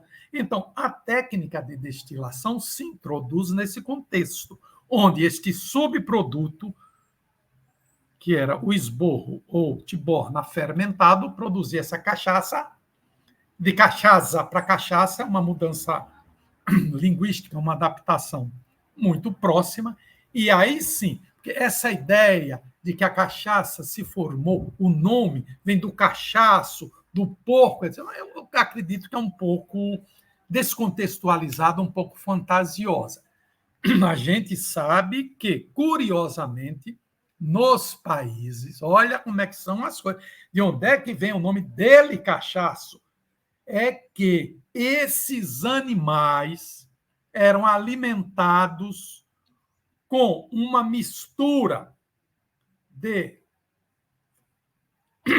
farelo de trigo, farelo de milho e cachaça, ou seja, e essa espuma, dando um produto chamado melote. O espanhol usa o melote para alimentação do porco. Então, era cachaça alimentando o cerdo, e aí você tinha o quê? O cachaço.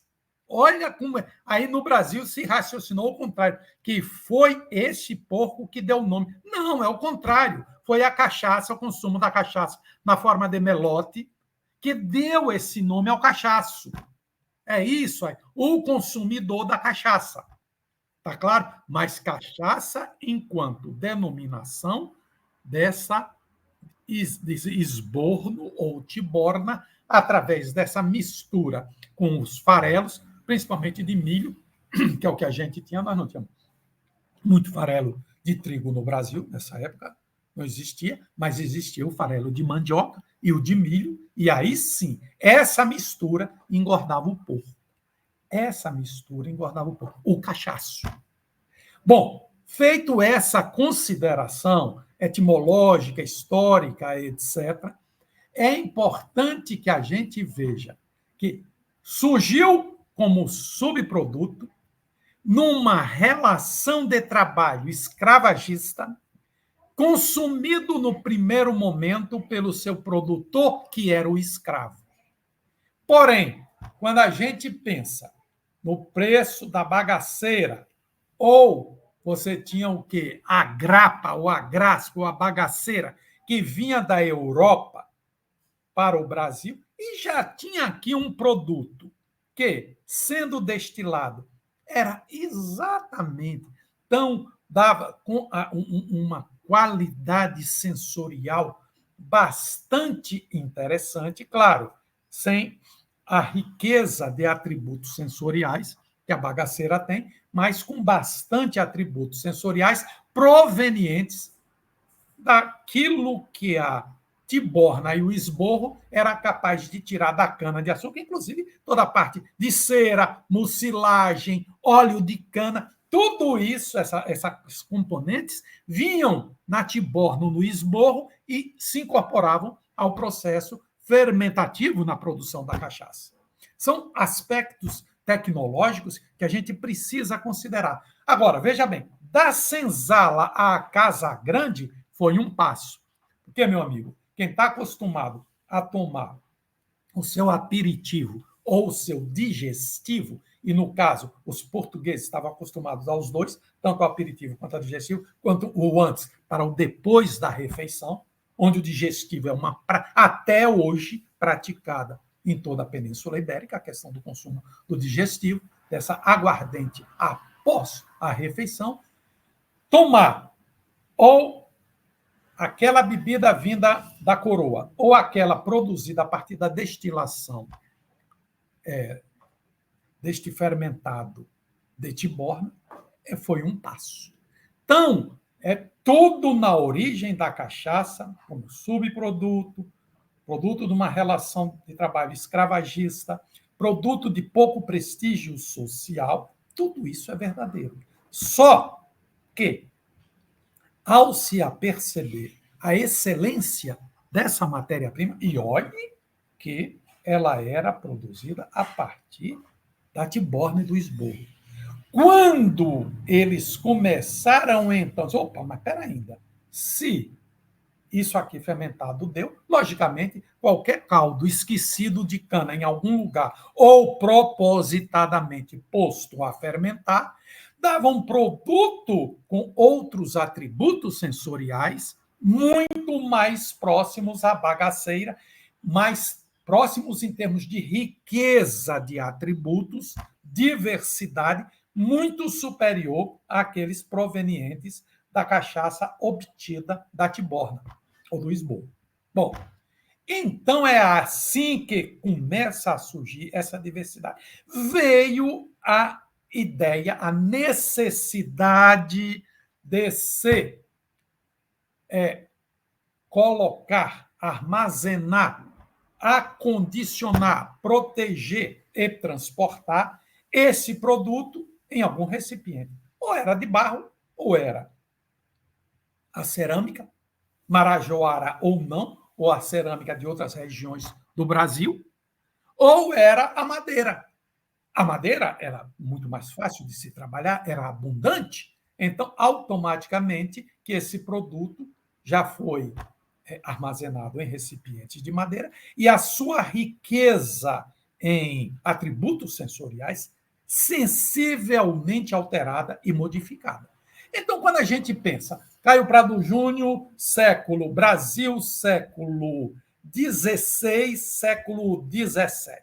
Estamos falando de 1500, 1600 até século XVIII, até metade, onde o ciclo da mineração acaba com os alambiques, a ruína de Pernambuco a São Vicente, passando pelo recôncavo baiano, destruindo, entre aspas, o ciclo da cana-de-açúcar.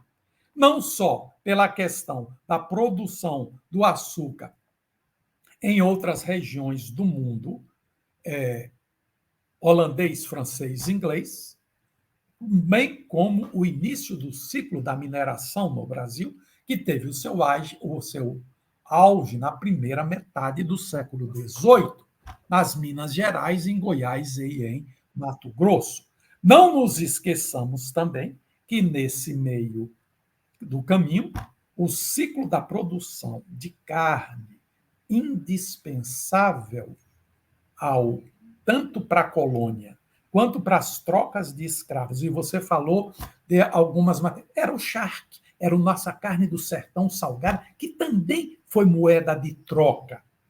Que você, no próprio Caio Prado, eu não me lembro se o Caio faz alguma referência à questão da carne como moeda de troca, mas em alguns outros momentos eu já vi essa referência. Não era só o fumo, a cachaça, a carne do sertão ou a carne de charque também era moeda de troca.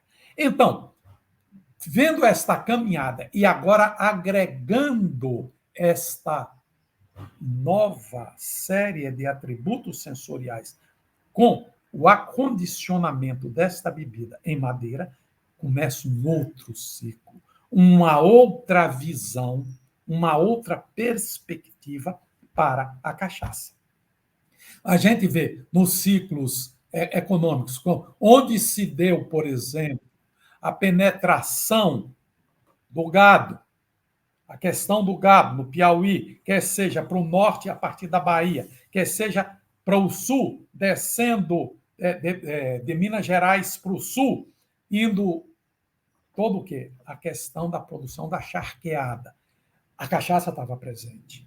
Na mineração, a cachaça precisava estar presente para dar o vigor necessário e a coragem necessária a um cidadão que com 21, 19, 20, 21 anos, 22, estava morrendo esgotado, ou das doenças tropicais, ou simplesmente totalmente esgotado no trabalho árduo das minas.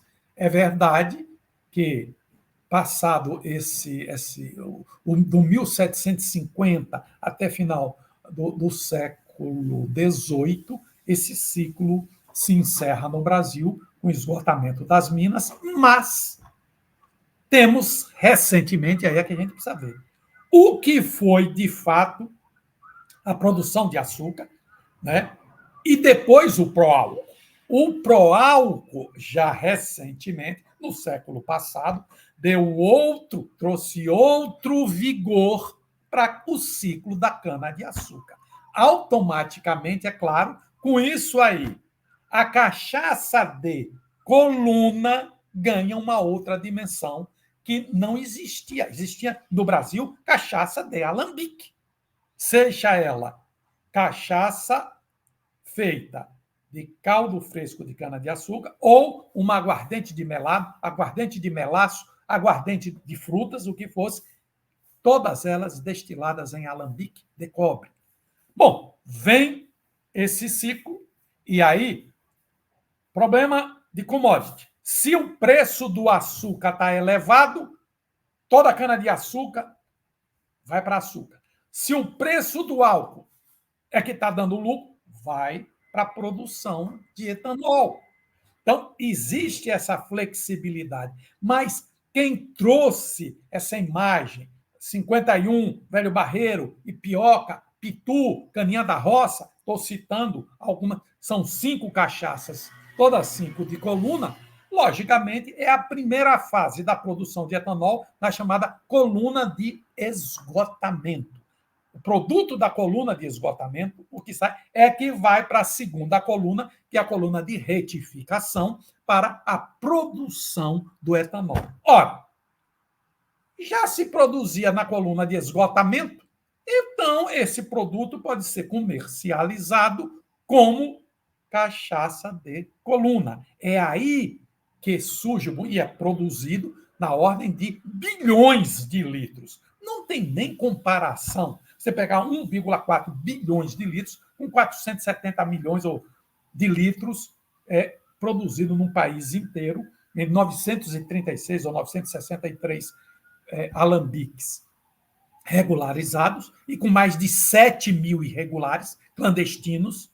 E esse é um outro caráter que, quer queiramos ou não, continua até hoje da cachaça de alambique, essa questão da visão marginal ou marginalizada da cachaça. Claro, um produto, uma indústria, onde 87% a 93% do setor é clandestino, ou eu não gosto do clandestino, eu gosto da palavra informal, é um setor bastante complicado. Agora, precisamos trazê-lo à formalidade? Sim, através dos arranjos produtivos industriais multifuncionais, seria uma maneira, através de uma organização coletiva e solidária da produção, para que esse produto maravilhoso, que dificilmente no mundo vai existir uma matéria-prima capaz de conferir os atributos sensoriais primários, secundários, terciários, quaternários e quintenários que a cachaça tem. Estou me referindo ao que eu falo, matéria-prima, agente de fermentação, reações características ocorridas durante a destilação, porque o alambique não é apenas um instrumento onde ocorre o processo físico da destilação, é também um vaso de reações químicas, é um reator. O armazenamento e o envelhecimento. Então, são 5 momentos nos quais todos esses atributos surgem, e surgem novos atributos, tornando a cachaça algo fantástico em termos de possibilidades. Quando você enxerga 54 madeiras ou mais, 54 essências vegetais, podendo contribuir com princípios ativos, ou seja, com seus constituintes chamados acidentais, os extrativos, na produção destes atributos, isso é uma maravilha. Que país outro do mundo tem essa possibilidade?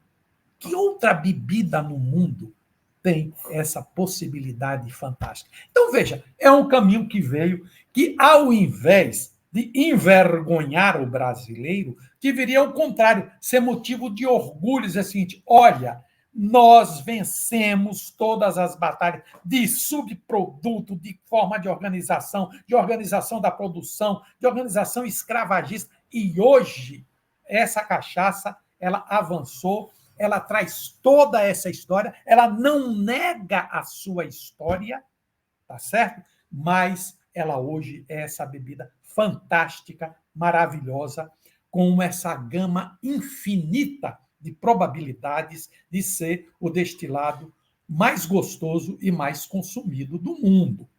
Então, veja, são dimensões no processo da construção da cachaça, da construção do Brasil, que precisam ser considerados. Se não fosse o pró-álcool, a gente tem que entender também. Hoje, agora, por exemplo, a gente está falando de hidrogênio verde.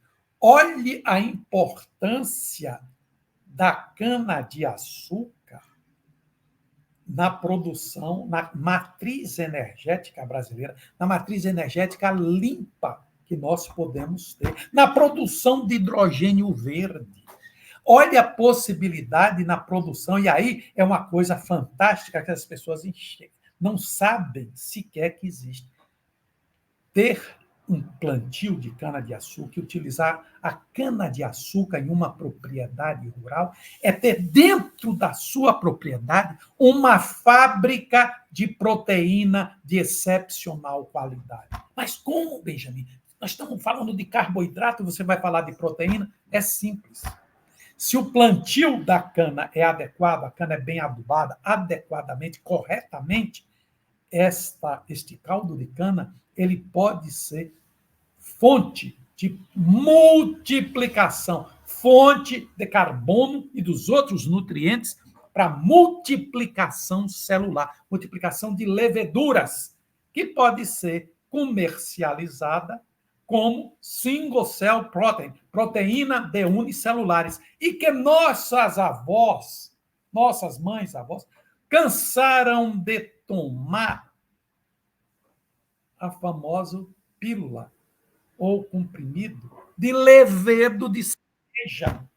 Muitas delas para aumentar a lactação e outras, as moças, as adolescentes, na busca pela formação da bunda, da mama adequada, buscavam, tomavam isso para o desenvolvimento fisiológico, anatomofisiológico, e como que? Fonte de proteína.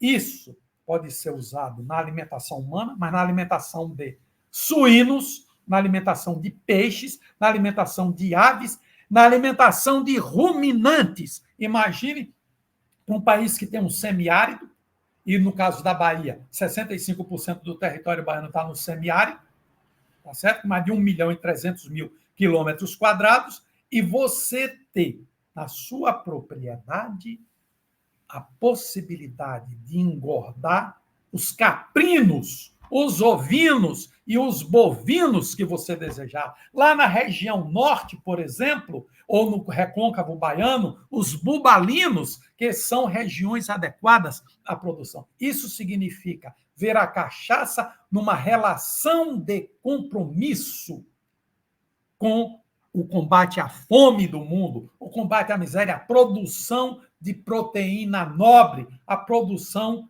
de proteína com perfeito score aminoacídico equilibrado.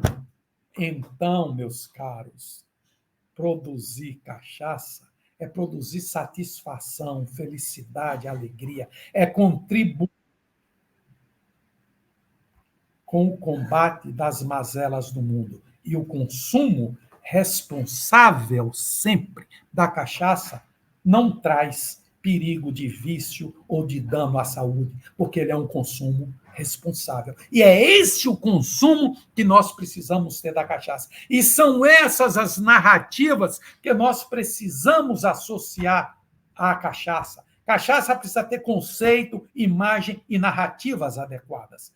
Eu acredito que essa nossa contribuição continua sendo a formação, uma contribuição sobre a formação do Brasil contemporâneo.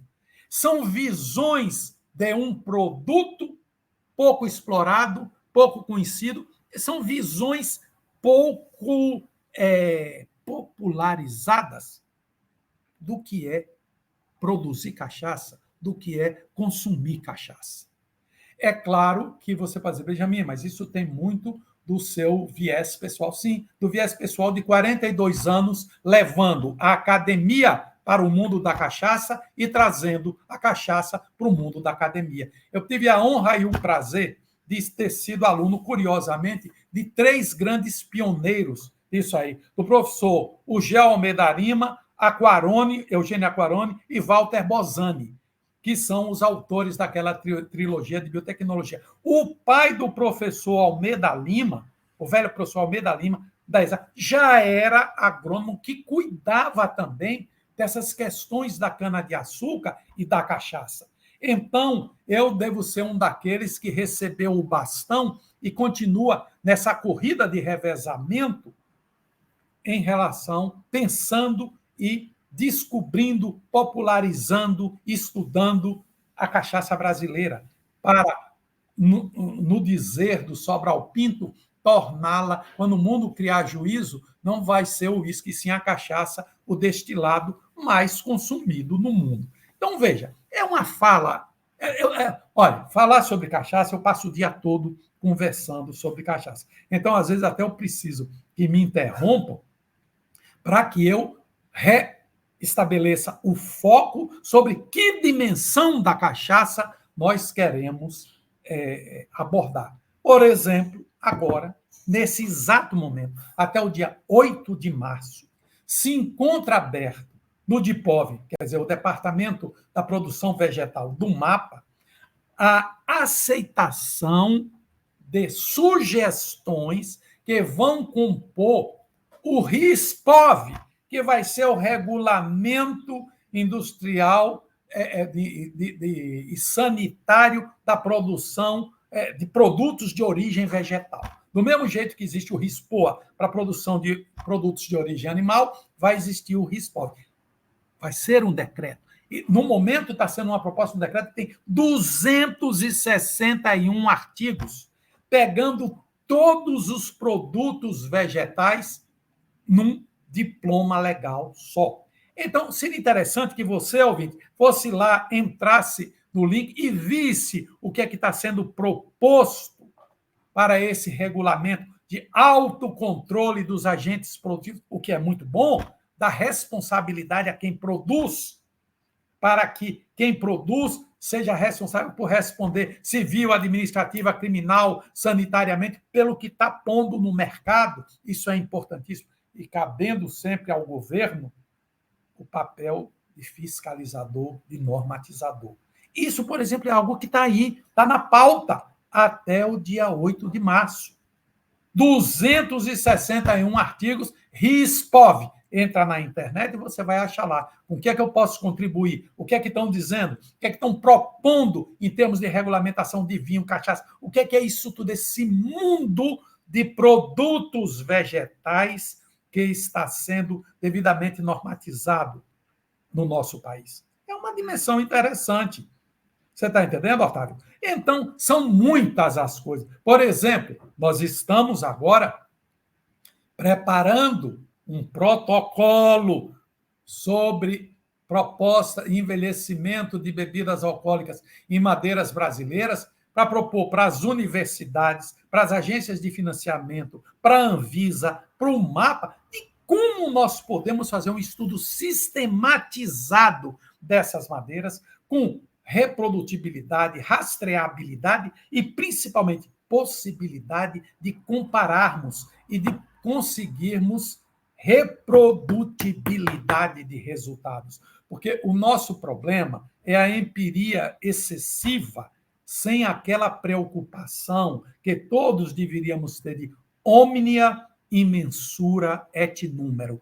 Tudo na medida e no número. Para quê? Para depois que a gente seja capaz de reproduzir resultados, de apresentar resultados, de tabular, de construir tabelas, gráficos, equações,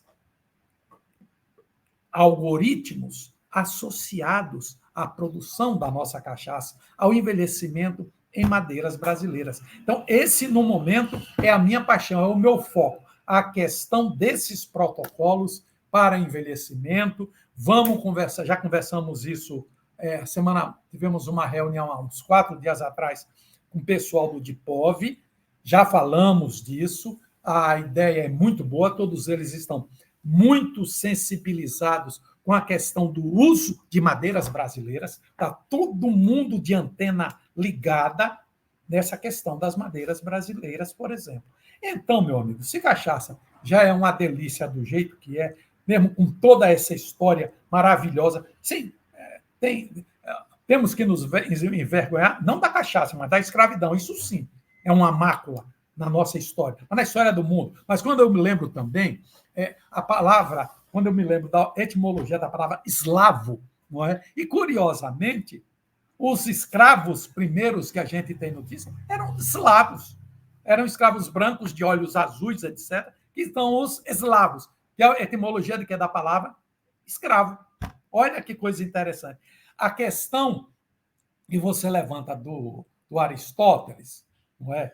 E desse tipo dos escravos gregos, quando a gente pensa no mundo greco-romano, isso é antigo, mas quando você pensa também nos povos árabes, quando você pensa o quanto aquela região do Cáucaso e exatamente como os eslavos foram escravizados. E são até hoje. Quando você vê, por exemplo, a questão do tráfico de humanos na Turquia, a questão eslavos continuam sendo. O rapto de eslavos é uma coisa impressionante. São narrativas que a gente precisa se aprofundar para ver o que acontece. Agora, lamentavelmente, as relações de mando, de submissão e de exploração do homem pelo homem, elas são bastante antigas e a gente precisa estar sempre atento no como combatê-las, como fazer para que as pessoas sejam capazes de se realizar na vida e no mundo através de escrever a sua história, através do trabalho livre, consciente, realizador. Do trabalho que, ao invés de ser tripalium, precisa ser poiesis. Essa uma colocação que eu sempre faço. Nós escrevemos nossa história na vida e no mundo através da poiesis, do trabalho, e não do tripalium. Tripalium era instrumento de tortura, é o nosso pau de arara, que todos aí se lembram ao longo das torturas das prisões brasileiras com o famoso pau de arara. Era o tripalium. É um nome bonito, latino, para o pau de arara. Esse, sim, é instrumento de dor, é instrumento de vergonha. Precisa acabar. Agora, a realização nossa, enquanto agentes da história, no mundo e na vida, tem que se dar através da poiesis. E a poiesis na cachaça, ela é fantástica. Está com madeiras brasileiras, mais ainda. É uma realidade maravilhosa que a gente precisa construir. Desculpe o excesso de entusiasmo, mas se me deixar, eu vou falando de cachaça e de todas as suas múltiplas dimensões o resto do dia. Precisa me caçar a palavra de vez em quando. Professor Benjamin, é uma imensa satisfação. Eu estou muito feliz. Deixa eu colocar minha tela como principal aqui. Estou maravilhado com todas as suas palavras, com tantas informações. É uma aula, totalmente enriquecedora. E eu fico feliz das pessoas que vão acompanhar essa roda de conversa, vai ficar registrado no YouTube. E o senhor acabou de falar uma coisa, entre tantas, tão importante, mas que nós não devemos ter vergonha da cachaça. Eu acho que essa ideia da vergonha à cachaça só serve aos interesses daqueles que sempre menosprezaram ela. A cachaça é do povo, a cachaça é nossa, ela é riquíssima, ela perpassa a nossa vida. E a gravação já encerra, nós temos 13 minutos por causa da plataforma, então eu vou abrir a palavra para considerações finais. Marcos, por favor. Eu vou abrir o microfone aqui. Vê se você consegue aí, por favor. Perfeito. Opa, muito obrigado, professor. Que esclarecimento fantástico. Fiquei muito entusiasmado com essa relação na produção de cachaça e como ela pode estar interligada com a nutrição das pessoas, né? Como isso pode contribuir para uma alimentação saudável, para o engorda de gado, de suínos, de aves, peixes. Acho que isso é fundamental, fantástico. Como isso ajuda na amamentação, no desenvolvimento primário das crianças. Essa regulamentação fundamental, necessária, como isso nos possibilita, né? Como isso cria margem para novos estudos, novas possibilidades de dispensar a cachaça, dispensar a cana-de-açúcar, né? A utilização fantástico, né? A cana-de-açúcar ainda possibilitando grande grande escala de avanço econômico para o nosso país. Fantástica a sua colocação, o seu conhecimento sobre o assunto, fantástico. Fico muito entusiasmado por saber que existe um campo muito grande ainda de estudo para a gente conseguir cobrir. Isso nos motiva grandemente a continuar no assunto, continuar com a pesquisa, continuar com esse questionamento, né, do que é a cachaça, onde ela está colocada politicamente, economicamente, quem são as pessoas que a utilizam.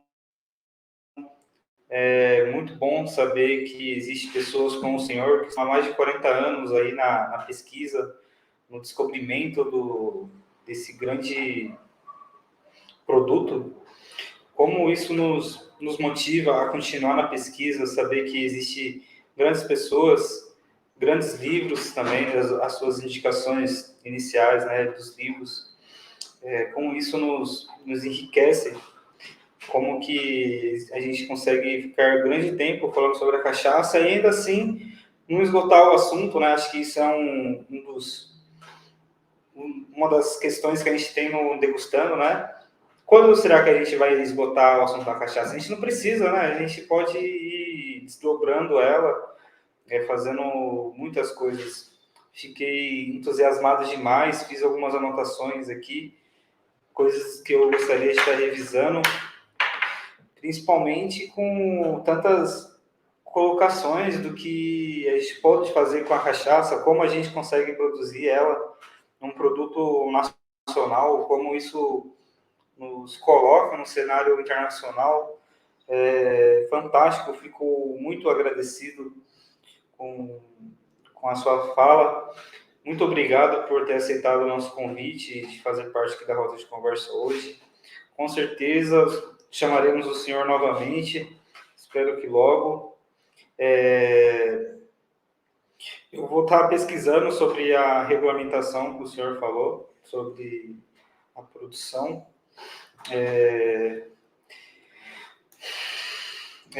Foi muito detalhes, né? Mas eu ainda consigo colocar assim uma noção como isso nos coloca numa formação contemporânea brasileira, né? Esse pensar sobre a cana-de-açúcar, como ela surge, como a gente tem o desenvolvimento, como isso nos proporciona meios de ainda continuar produzindo, continuar proventos dela, e como isso nos coloca numa relação de pesquisa, né? Continuar trazendo para a academia, para a sociedade, essa produção da cana, a produção de cachaça, como isso é benéfico não só para a sociedade, como também para as pessoas. Essa é uma colocação fantástica. Eu fico muito entusiasmado, feliz, e já quero começar a entrar nesses estudos. Infelizmente, né, não conheço muito da área química, farmacêutica, mas eu fiquei muito interessado de como essa relação está muito próxima uma da outra, porque aqui a gente tem uma área de estudo mais social, mas que ainda assim ela está totalmente relacionada, né? Então, eu fico entusiasmado com essa gama de possibilidades, nessas coisas que vão se encaixando, como a gente pode ter meios para conseguir lidar com ela. Fiquei muito feliz também com esse descobrimento, né, que o senhor nos colocou das quantidades de madeira. Então a gente ainda consegue ter uma gama de possibilidades, de sabores, de fermentação de cachaça. A produção de cachaça ainda ela não está esgotada, ela está entrando num certo tipo de avanço ainda. Então a gente estamos nos colocando, entendendo como ela pode ser feita, como ela consegue ter outros sabores, outras produções, como a gente tem na nossa formação cultural, social, política, uma relação tão próxima com a cana-de-açúcar, com a cachaça. Eu fico também pensando o quanto a nossa sociedade está pronta para conseguir participar dessa produção, né? Porque eu vejo que nossa sociedade ela começa a ter menos participação nas universidades, então a gente tem menos bolsa de pesquisa, a gente tem uma menor participação nessa relação do que as universidades estrangeiras, né? Então, começando pelo financiamento, como isso se dá, parece que a gente sempre está dando o murro em pedra, né? Em pontas de lança, porque a gente tem grandes ideias, tem pessoas fantásticas como o senhor, que poderia nos proporcionar um avanço social fantástico, né, para a produção de nutrientes, de combate à fome, né, de combate à fome mesmo, de pessoas que saírem da margem da linha da fome, né, conseguiria ter um desenvolvimento humano muito melhor do que o atual, mas ainda por carência da nossa sociedade de entender, né, o investimento que é as universidades, a pesquisa, isso ainda não me deixa um pouco infeliz, né, mas entendo também, essa faz parte da nossa realidade, a gente tem que estar nessa luta aí, e também entender que a nossa produção, ela ainda existe margem de crescimento, né, para a gente conseguir levar a cachaça para outros lugares, outros saberes. Voltando a essa relação, como não só no campo da cana-de-açúcar, mas uma característica mais ampla de carência de estudos sobre a nossa biodiversidade, né? Como a gente poderia ter um avanço, né? Nessa característica, um avanço de escala internacional, se a gente priorizasse algumas coisas, né? Não levasse em pensamento como gasto, mas sim como um investimento, né? Com combustíveis verdes, renováveis, como isso poderia nos impulsionar para um cenário de importância internacional, né? Não só para a produção de cachaça, mas para um cenário internacional de outras características, né? E como isso nos coloca, né, num cenário de dependência, né? De dependência externa, porque a gente acaba entrando numa característica de permanência de uma produção monocultural, né? A gente ainda não tem uma independência, né? A gente carece muito do interesse externo para a produção interna para a venda, né? Então, a gente produz e vende matéria-prima. Então, essa é uma característica que, infelizmente, a gente carrega já faz muitos séculos, né, de produzir e vender. E que bom saber que existem pessoas como o senhor que pensam nessa renovação, nesse avanço, nessa impulsionamento, né, da nova geração. Acho que o senhor está aqui hoje nos coloca também nessa... Beleza, pode falar, Otávio. Marcos, professor, eu vou ter que concluir a gravação por causa do limite da plataforma. Só que eu posso mandar um link para vocês e a gente complementar, eu acho, com a última fala, as nossas contribuições. Pode ser? Perfeito. Perfeito. Então eu vou concluir a gravação, mando o link e a gente conclui as nossas contribuições.